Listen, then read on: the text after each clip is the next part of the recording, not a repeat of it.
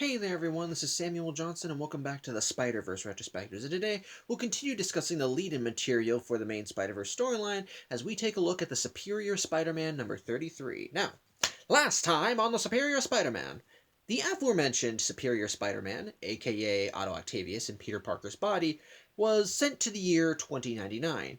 Aiming to get back to the present day, he managed to scrounge together enough technology to build a portal, which he hoped would send him back to his present time.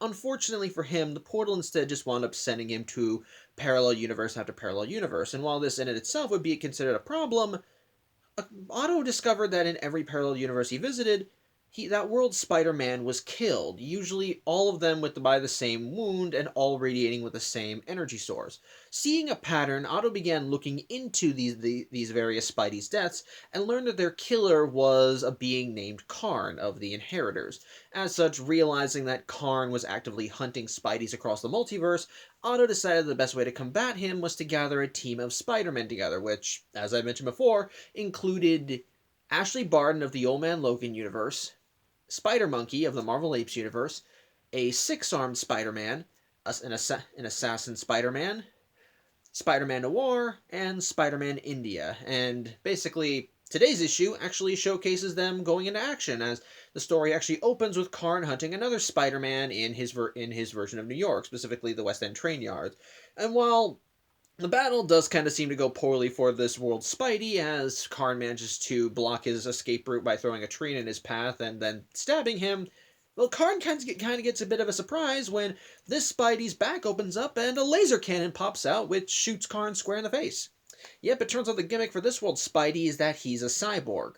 However, while this did manage to get Karn off of the Spidey's back, quite literally in this case, well, even Karn does tell him that that weapon's not going to do anything to stop him. Which Cyborg Spidey responds with, "Yeah, I know. I was told about you, and that I couldn't take you, which is why I'm getting a little help from my friends." And sure enough, the instant he says that, a massive portal opens up nearby, and we see the Superior Spider-Man swing through with his team of Spideys to take down Karn. And almost immediately, they seem to subdue him, as part of the gimmick with his suit is that he has these mechanical spider legs which can sprout from his back. He ends up having them sprout out and blasting Karn with an energy field, which is supposed to, well, drain the life force from out of him, as he's figured out that how Karn kills these Spideys is by draining their life force, and so using that connection, he hopes that he can reverse it to weaken him, which is what this energy prison is supposed to do. Although for extra measure, the six-armed Spider-Man does web him up. As such, with him tied in place, well, immediately things start kind of turning to what they're going to do with him. As a handful of the Spideys present, namely Ashley Barton and Assassin Spider-Man, advocate for killing him, while the other Spideys think that maybe that's going a little too far because they didn't sign up to kill anybody. However, Otto immediately puts a pin in the conversation, saying that he doesn't plan to kill him until after he's at least interrogated him, and so he wants to know what Karn's deal is, why he's doing this, if there are others like him. And Karn tells him that, well, he's doing this just because it's what he does. His family hunts spiders. It's their aim in life. It's how they live. It's just what they do. There's no their mission. There's no main end goal. They just hunt spiders. And actually that one's kind of a lie, but maybe he doesn't know about it yet. But either way, but when it comes down to his family, he tells them that he prays that these guys never meet his family. As such, realizing that Karn may not be the only one in the multiverse hunting them, Otto ends up asking Karn, will his weapon be just as useful against them as it was against Karn? And Karn responds with, "Oh yeah, definitely. It'll be just as useful in beating them as it did me. Or rather, it'll be just as weak." As immediately Karn breaks out of the webbing that he was bound in and just breaks through Otto's energy field like it's nothing, as he manages to launch forward and grab Otto. But at this point, the assorted Spideys go on to the attack, as immediately as the Noir pulls out his pistol and opens fire on him, and Ashley Barton manages to grab a train sign and stabs Karn in the back. Unfortunately, this doesn't really do much, as Karn manages to smack his hands together, which causes essentially a sonic boom, which throws all the Spideys back. and he managed to pull the sign out of his back. As such, capitalizing on the opportunity, Otto webs him up and swings him into an oil tanker, and Assassin Spidey ends up shooting the oil tanker to hopefully kill him in the explosion. It does nothing, as he just walks out of it on fire, but not harmed. As such, the other Spideys are just as such. Cyborg Spidey actually does have a kind of maybe six-armed Spidey has the appropriate response of, "Oh, come on, how can this get any worse?" And because he jinxed them, immediately the group gets some visitors as Cyborg Spidey gets wrapped in what looks like a whip, and six-armed Spidey is stabbed in two of his arms. And we soon see who their attackers are. As this story once again introduces us to more members of the Inheritor clan. The twin brother and sister, Brix and Bora. These two pretty faces who wear red overcoats and who pretty much specialize in making the whole hunt a competition between each other. It's essentially a sibling rivalry type of deal, though they're clearly thick as thieves. And they're also very clearly sadists, as they enjoy the thrill of the hunt and killing Spideys. And on top of that, they both have their own forms of weapons, as Brix the one with the whip, and Bora is the one with the knives. But either way, like I said, they enjoy killing people. They enjoy hurting the Spideys they capture just as much as actually hunting them. And in this case, once they show up, they immediately get to work as Bora begins tightening the whip on the cyborg Spider-Man and even manages to rip his arm off. Karn wants these two to leave because, in his words, this is his hunt. He doesn't want them involved. And they respond with, "Oh, for shame, brother. I thought you'd be more happy to see us, and come on, we didn't come here to steal your hunt. We just sensed that a whole team of spider totems, and we thought we'd come in for the kill. And we're not stealing anything. There's plenty to go around here." And so, yeah, it becomes clear at this point that the Spideys are a bit outmatched. It took just 6 of them to handle one guy, and even barely at that. So now add in these 2 extras. Yeah, it's clear. Otto pretty much realizes that this thing has gone foobar, and that they need to get the hell out of here. Which Spider-Man Noir is able to kind of give as he throws some smoke pellets to give them cover. But even he knows that that's not going to do anything in the long run. That they can just breeze right through, and they won't give them enough time to escape. But Otto has a counter plan, and so as Karn, Brix, and Bora manage to clear away the smoke, Bora managed to go in for the kill and throw her knives at the various Spideys, only for Spider-Monkey to swoop in, grab the knives, and throw them back, hitting Karn and Brix, which immediately causes things to go haywire for them, as Karn gets angry at his sister for having thrown the knives, resulting in him smacking her. Brix gets angry at Karn for fighting his sister, so he fights him, and it just leads to the 3 tussling, and in the midst of all this distraction, the Spideys manage to get away, with once again Cyborg Spidey having to be convinced to go because, well, if he's gone, city will be safe. So, as such, the group returns back to 2099 with Cyborg Spider-Man in tow. And Otto manages to repair his arm, but at this point, nobody really knows what to do. Otto thankfully has tried to kind of turn the failure to his advantage, as he overheard what Brix and Bora were saying about having sensed spider totems, and so, with that in mind, he thinks that while his weapon may not have been successful in containing Karn, maybe he can find a way to repurpose it so that it can shield their presence from the Inheritors, since they can clearly sense them.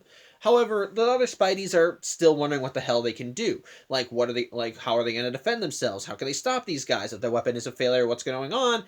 But at this point, Otto gets kind of frustrated with everything and pretty much tells them, "I'm going to go get air. If they find us, call me. But otherwise, stay away. But otherwise, go away." And as such, he ends up leaving their little stronghold, which is an old ESU building under New York. And he goes around and he starts swinging around to try and clear his head. At this point, while he's alone, the Anna Maria hologram comes out of his wrist pad and begins asking him some questions about his stress, and pretty much Otto's just frustrated, not just because of the Inheritors, but having to deal with the other Spideys, as the majority of them are alternate versions of Peter Parker, and, well, like I said, he has a low opinion of Peter. And so it's part of why he talked about how there are no other Spideys in the multiverse who are pragmatic as he is. So, yeah, he's just kind of frustrated. But the inheritors are still on his mind because well, now he's learned that there are more of them out there, and unfortunately this may be a problem. Unfortunately, he realizes that if there's an entire family of these things out there, this problem is going to be a bit bigger than he thought. Because at first he thought it was just Karn that was an issue, but now learning that that his entire family is out there and hunting other Spider-Men, Otto realizes that he might have to stay and fight a little longer. With even the Anna Maria hologram asking why doesn't he just go home and let the other Spideys deal with this while he tries to fix it from his end. And Otto actually gives a pretty nice response.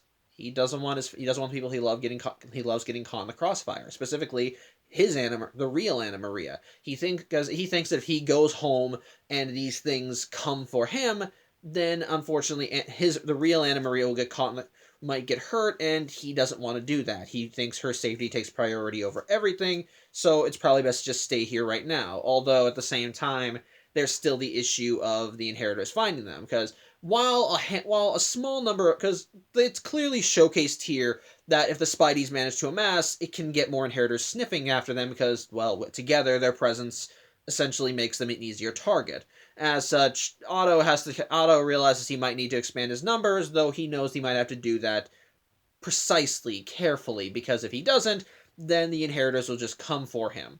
As such, after kind of mulling everything over, he does thank the Anna Maria hologram for help for talking him through this and kind of helping him and kind of easing him through and realizing why he needs to keep fighting. Although before he heads back to the ESU building, he does ask it one more favor, that when they're alone, and only when they are alone, that she call him Otto. Because the real Anna Maria has never done that, and he thinks it could be motivating. And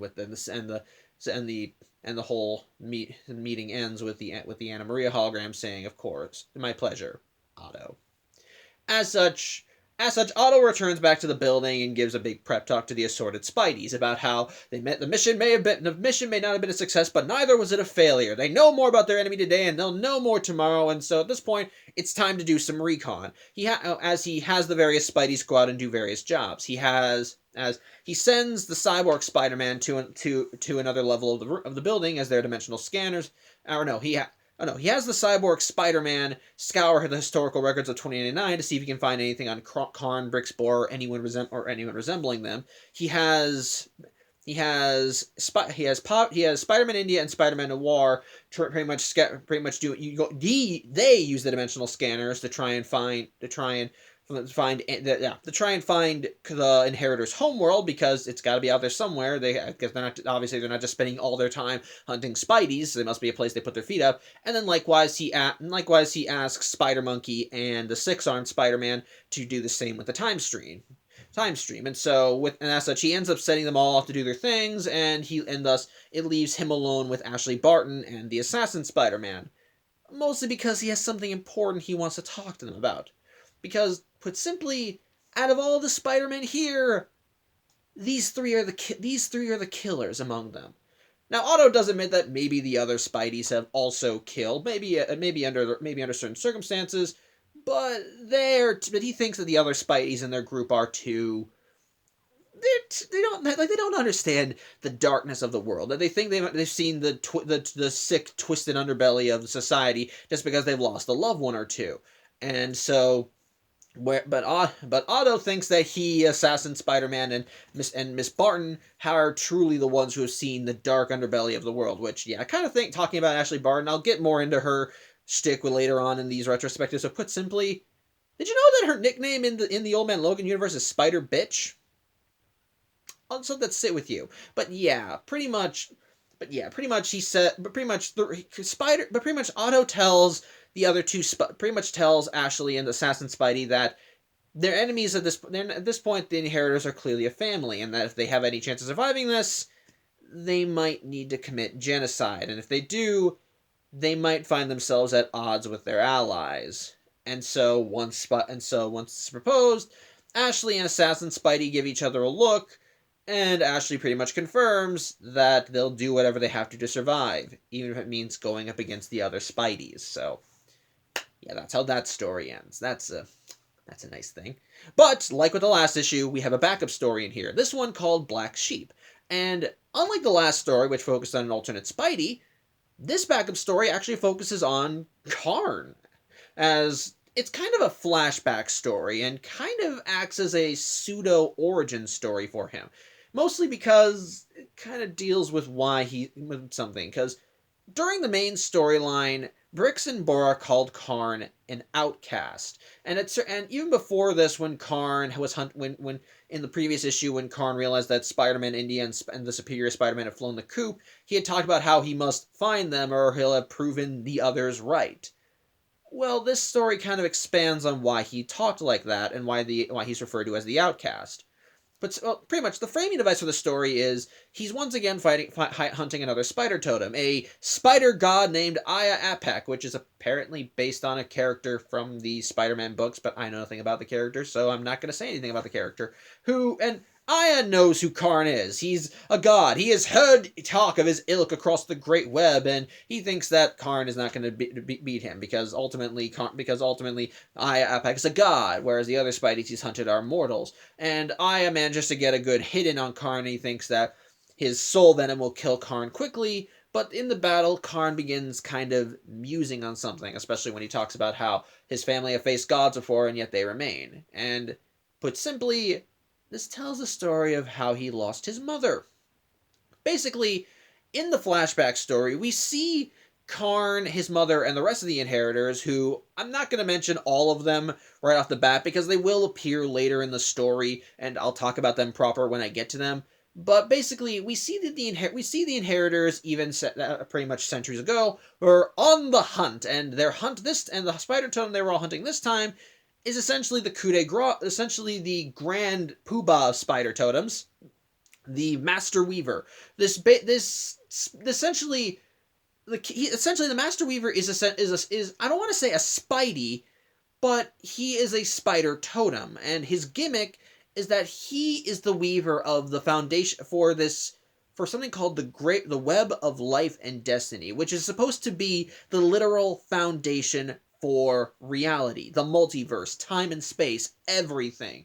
Basically, everything is mapped out across the web, and every strand on the Great Web is supposed to represent a timeline, a universe, someone's personal journey, and so forth. And so, essentially, the Master Weaver's job is to continually weave the web and pretty much keep the tapestry of reality flowing, continually growing and expanding, and so forth. But he's still a spider totem, and the inheritors want him, and so that's when they attack him in his stronghold in Universe 000. Unfortunately for the inheritors, well, when you're controlling something that is supposed to be the literal foundation of all reality, well, it means that the odds are kind of stacked against your favor, because any attempt from the inheritors to get close to the Master Weaver ends in failure, as one of the inheritors, a man named Deimos, again, we'll meet him later, tries throwing his weapon at him, and the Master Weaver destroys it, when Morlun and another inheritor named Verna, again, talk about her later, try running for the kill. The Master Weaver ends up literally pulling the floor off from under Morlun and causing a pillar to land on Verna, and ultimately, the only one that the Master Weaver allows to get close is Karn, as during this hunt, their mother, who is overseeing the whole thing, she wants Karn to be the one to kill him, because essentially he's the favorite son here. And Karn is more than happy to try and please his mother. But when Karn gets close to the Master Weaver does nothing, as he says that he has nothing to fear from Karn, that of all the inheritors, Karn does not hunt for pleasure or because he takes a thrill in it, but because he wants to survive, and that ultimately he is not one that wants to destroy, but build. And when Karn hears those words, it does cause him to pause briefly, because it's true. It's true, because as we learned through inner monologue, Karn, while he does hunt like the other inheritors, he doesn't do it because he wants to. It's mostly just a matter of it's what's expected of him as an inheritor, and well, the inheritors feast on spider totems. So yeah, so ultimately it's just for him it's just necessary survival. How unfortunately though, this hesitation ultimately costs Karn, as his mother decides, well, if you're not going to do it, I am, and so she rushes in to kill the Master Weaver, and after he pulls another thread, she is literally torn to shreds right in front of Karn's face, which, yeah, horrifies the young boy. To the point where he just kind of, to the point where when the pieces of web that were once her body fall before him, he just holds out his arms, he just holds out his hands and is just broken. From there, as he says, the rest is kind of, from there his perspective is blurred, but basically from his inner monologue we learn that the Inheritor's father showed up and managed to subdue the Master Weaver, but rather than kill him like they did with all the other spider totems that they found, they decided to instead use him, because after all, he controls the web of life and destiny. And so if they can use him, and so if they have him under their sway, then their hunt can go a little farther than they originally intended. And as such, they manage to chain him up with specially crafted shackles that'll essentially make him do whatever they want. And so with these shackles, so it's because of the Master Weaver that the Inheritors are able to traverse the multiverse like they are. Unfortunately for Karn, after this moment, he became the black sheep of the family as, well, everybody blames him for his mother's death, himself included. As such, the diving mask that we see him with, well, that was an attempt by the Inheritors to cover his face because none of them could stand to look at him even from a distance. And a special feature of the diving mask is that it's directly connected to the web, so he can still use it to traverse the multiverse. Unfortunately for him, he doesn't really have any control over where he goes, as part of his penance is that if he wants to come home and be part of the family again, he needs to traverse the multiverse and hunt spider totems. And once their father believes that he's done enough, then he'll be able to come home.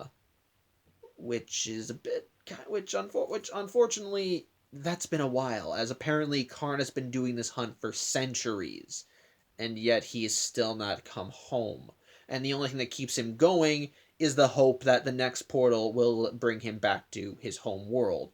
And pretty much it's with that hope that we cut back to the present day, and we see that Apex Soul Venom has done nothing as essentially Epic made the mistake of pulling Karn in to essentially snarl in his face, and Karn uses this opportunity to pretty much suck the life force right out of him, because yes, he may be a god, but that really just means that the meal is more filling. And so once he sucks out Epic's life force, he crumbles to dust right in front of him. And so Karn, once more hoping that this is the last time he'll have to hunt, travels through another portal to parts unknown. So, okay, so my opinion on this issue. For the Superior Spider-Man storyline, hold on one sec. Sorry, puppy stuff. Anyway, for the Superior Spider-Man storyline, what I like about it is that it kind of does continue furthering along the whole, it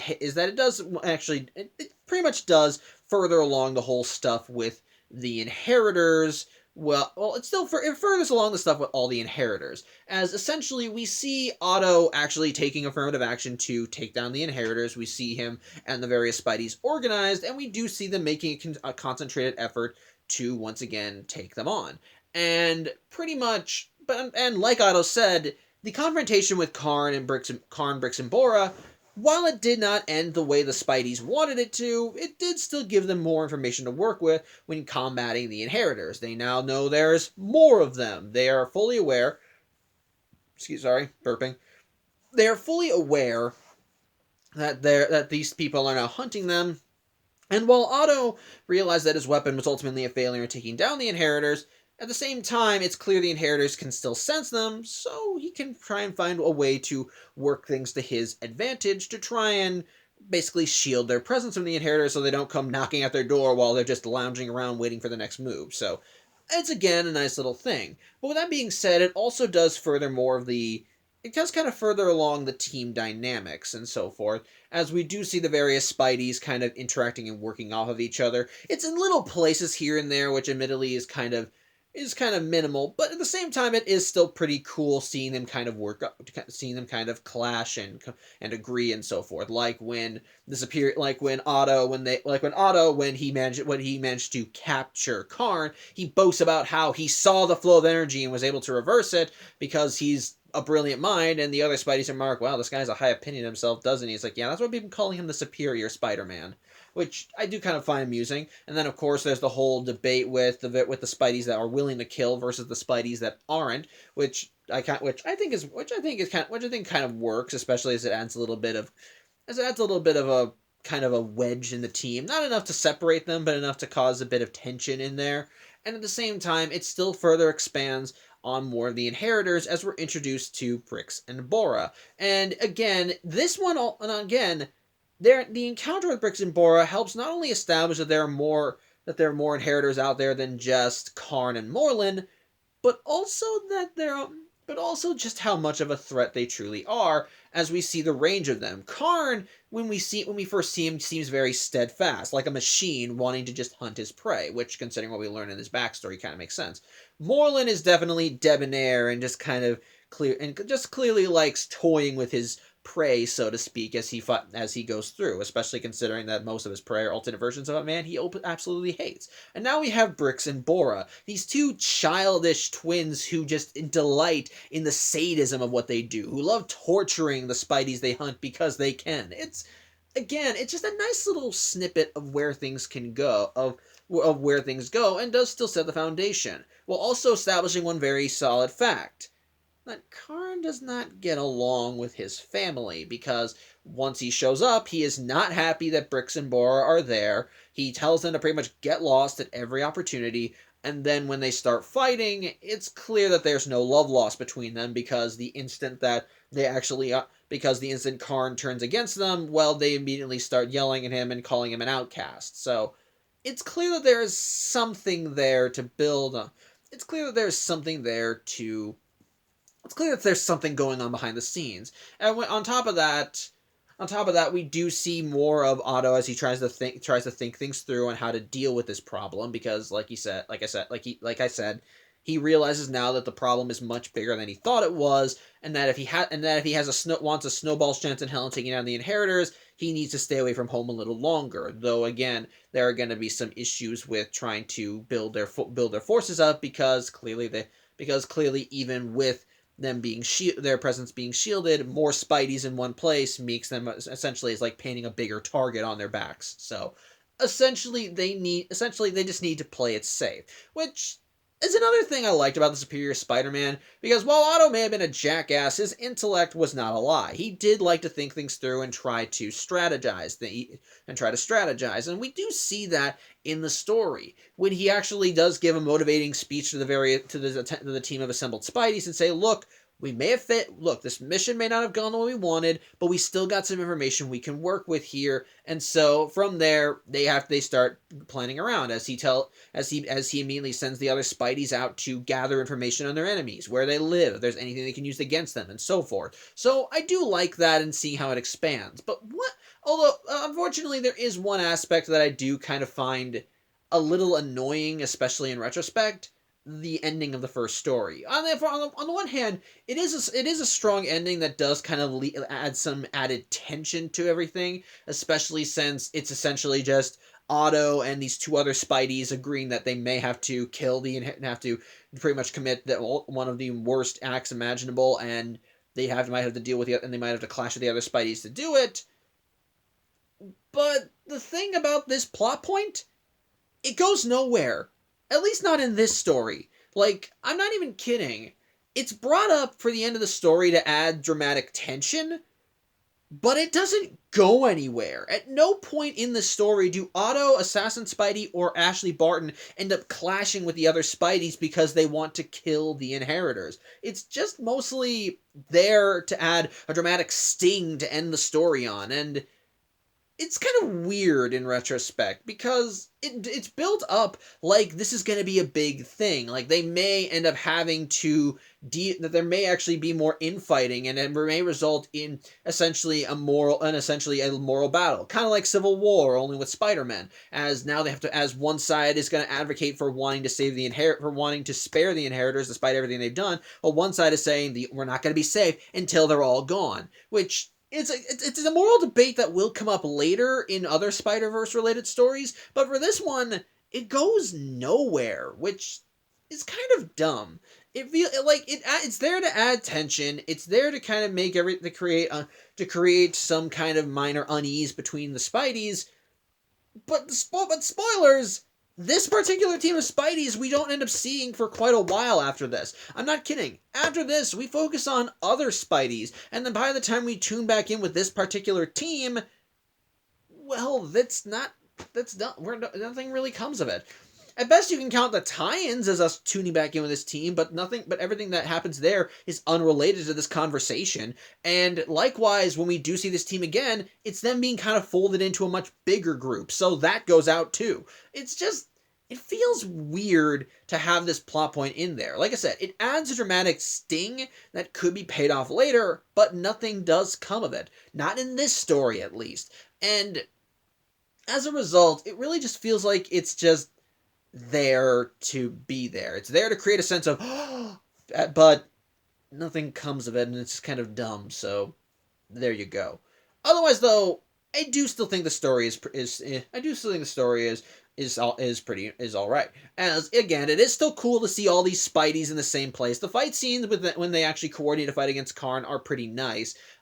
And that actually reminds me of another thing that I had, which I danced around in the last vlog, but I'm going to bring up here, the Inheritors.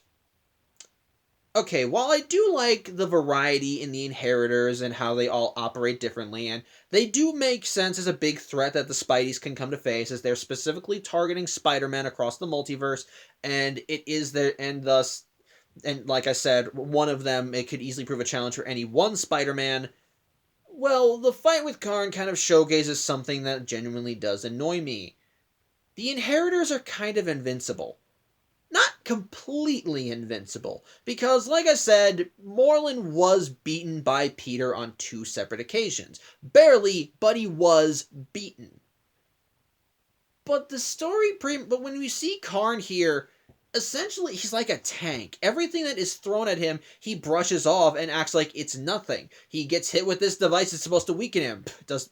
He just pushes through it. They try stabbing him through it. They try stabbing him through with a sign. He just pulls a sign out of his back. They throw him into an oil tanker. He walks out like it's nothing. And even in the previous issue, when the Assassin Spider-Man tried to electrocute him by having him stab the electrical generator, that did nothing. He just brushed it off and he was like, "Oh, you amuse me." Like, this is kind of a problem. On the one hand, when you have a strong enemy like this, it can force the heroes to think outside the box to have to beat them. Because ultimately, the conventional means of stopping these sorts of enemies is not going to work. You can't just hit them till they fall down, especially when they are clearly proven that they are stronger than you. But with that being said, when it showcases that their weaknesses may be as hard to come by, and even in a group, at that point, it makes you wonder just how attainable it is to actually beating them. As like, kind of going back to the conversation that Otto and the other two, and Otto, Assassin Spidey, and Ashley Barton had at the end of the book. Well, when they talk about committing genocide against the Inheritors, it makes you wonder just how they can do it. How would they be able to take these guys on in a fair fight? How would they be able to kill them? How would they be able to weaken them? We don't know. Nothing really comes of that. It feels weird in that it just kind of feels strange, and it kind of feels like it's a red herring in that regard.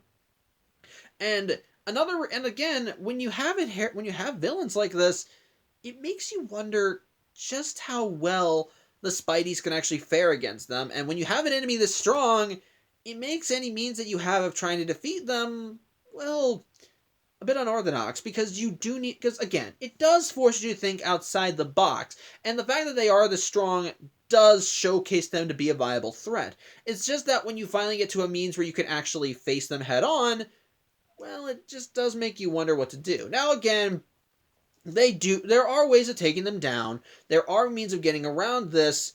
It's just that from the outset, when you see just how strong they are, it does kind of make them feel a little OP. It makes them feel like that essentially these are uber villains, and that really they feel like they're out of the league of a character like Spider-Man. So I am going to kind of knock that against the story. Well, there are aspects of the Inheritors I think work, and I do think I ultimately don't hate them. It's just that I can understand the faults with them as the villains of the story. So there you go.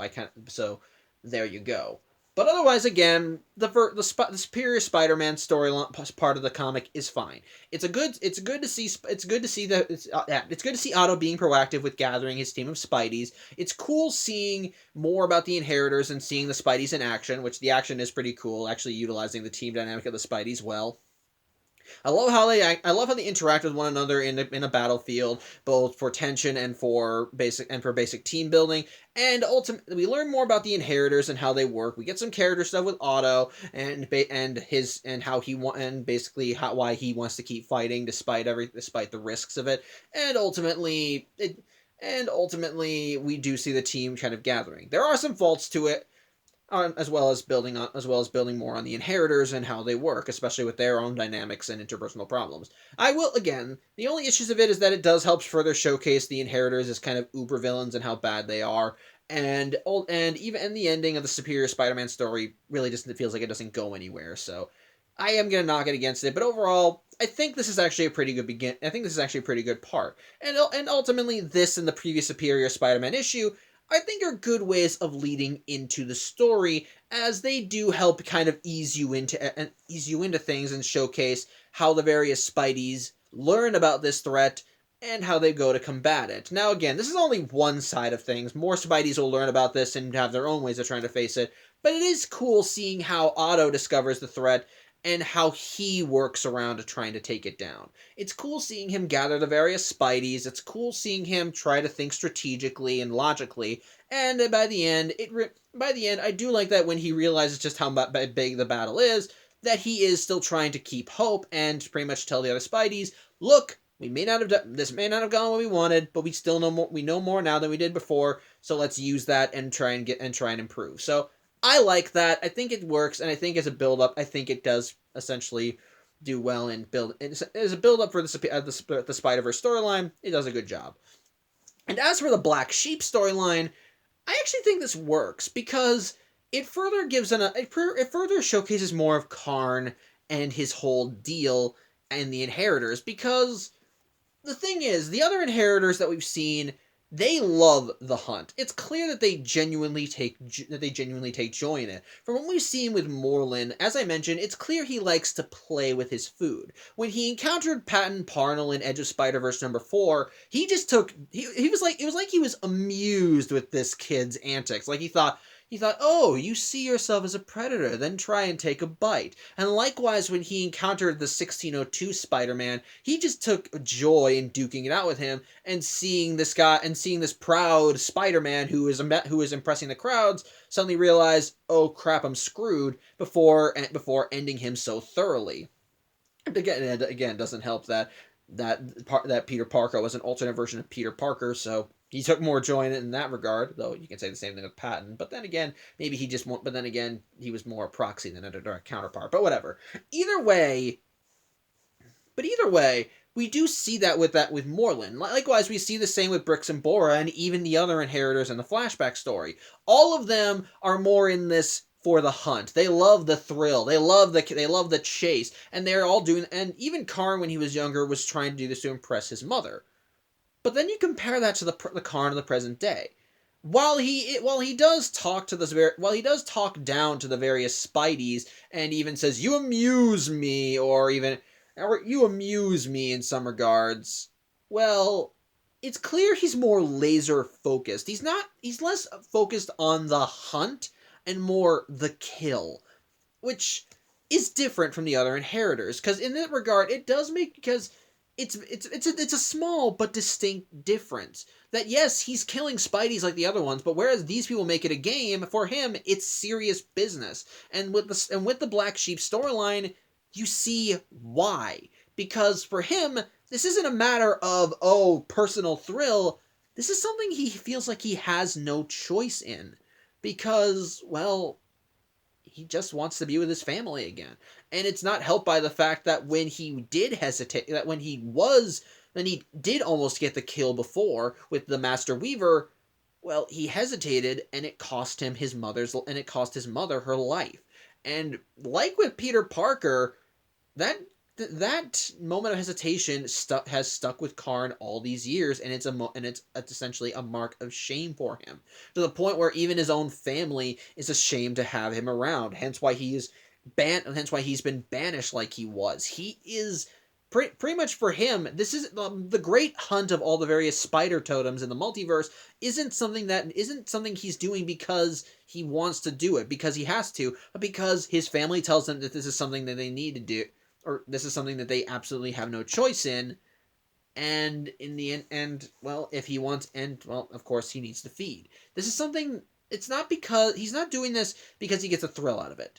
He's doing this because he just wants to go home. And basically experience has taught him that the hunt is all there is, all that needs to be focused on. Again, when he hesitated, he lost his mother, and so it makes sense why he is so as laser focused as he is. He'll make occasional comments like, "Oh, you amuse me," but otherwise, it's clear that the hunt for him is more a matter of survival.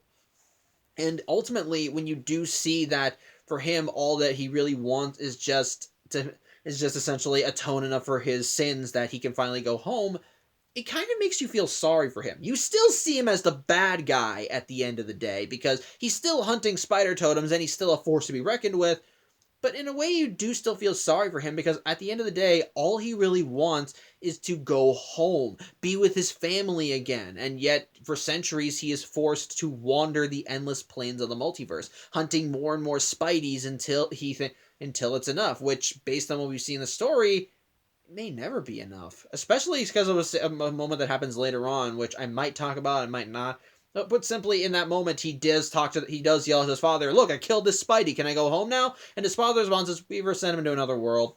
It's just like they don't. He doesn't care. They don't care. They just see more. They just see Karn as the name of the story implies, the black sheep, and ultimately, this for them, this is just his punishment. It's sad. It makes you feel sorry for him. It doesn't mean that he's suddenly not the bad guy, but at the very least, it does show there's more to him than the other inheritors, which I think is good and a nice way of building on what happens later with him. So, again, it's a good one. Nice little backstory bit. So, overall, the Superior Spider-Man side, like I said, the Superior Spider-Man story, or the Superior Spider-Man side of the story is good, continues furthering along, showcasing just how big a threat the Inheritors are as we see more of them. We see just how durable they are. We see the Spideys interacting with each other. Has some minor flaws here and there, especially since it showcases how OP the Inheritors are, as well as having an ending that goes nowhere. But ultimately, I think it's pretty good and does well in setting everything in. It does well in setting everything in motion and getting you hyped up for more. And likewise with the Black Sheep storyline, it's a good job at giving more to Karn than just being another inheritor, and in the end making him and ultimately showcasing that there is reason for why he does what he does, and giving him a note of sympathy, which does ultimately get built on later and does lead to something further along the story. So yeah, I think that's about all I can say. I thank you for watching. I hope you enjoyed this, and next time, and when we meet again on Saturday, well, we've seen what the Superior Spider-Man's been doing in 2099, but what of the actual Spider-Man of 2099? What has he been doing through all this? Well, it's time we see how he gets pulled into the fray it's time we see how he gets pulled into the fray, as on Saturday, it's time we take a look at Spider-Man 2099, or issue 5 of the second run of Spider-Man 2099. So, till then, I hope you have a good day. I'll see you on Saturday, and well, yeah, just have a good time. Have a good day. So, yeah, take care.